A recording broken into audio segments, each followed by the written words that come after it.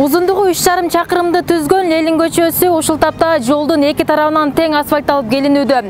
Асфальттоо процессинин бир бөлүгү Барпысейил көчөсүнөн Токтогул көчөсүнө жетти.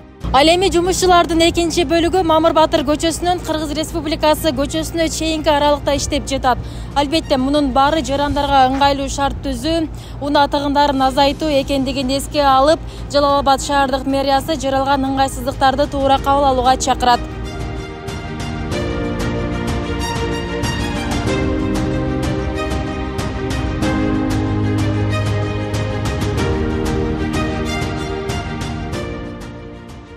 Жөө азыр неберелерим алып келатат эле мектептенчи. Жакшы, конечно, сүйүнөбүз. Шаардын көркү да, жол жакшы болсо, машиналарга да жакшы болот, бизге да жакшы болот, эркин өткөнгө. Жакшы, тез эле жүрүп атат го деп ойлойм. Жакын деле башталды, уже бүтөйүн деп калыптыр, мен азыр көрдүм да.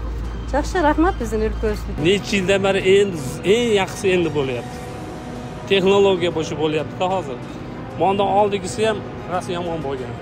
Ashuncha mana bo'lgan. Ama shuni kim qilayotgan bo'lsa ham молодец ekan. Rasi yaxshi qilyapti.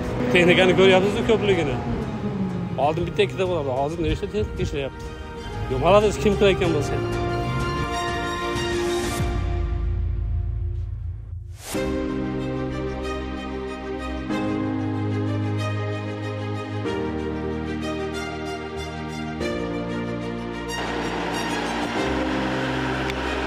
Birinchi qaraганга сапаты жакшы, тегиз, эки жака мындай уклон ортодон чекеге уклон жасап кетип атат. Бирок бир 6 айдан кийин дагы бир көрөйлү кандай.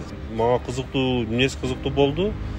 Эски асфальтты сыдырбай эле үстүгө сетка коюп, асфальтты төшөп атат да. Бул кайсы технология? Биринчи жолу көрүп атам деп сураштырсам, бул бир германский технология дейт. Германияда ушундай жасайт экен, ушундай пластикалык, каучуковый сетка таштапчы. Эми Германияда жасап аткан болсо, Германиянын жолдорун билебиз. Анда аябай жакшы.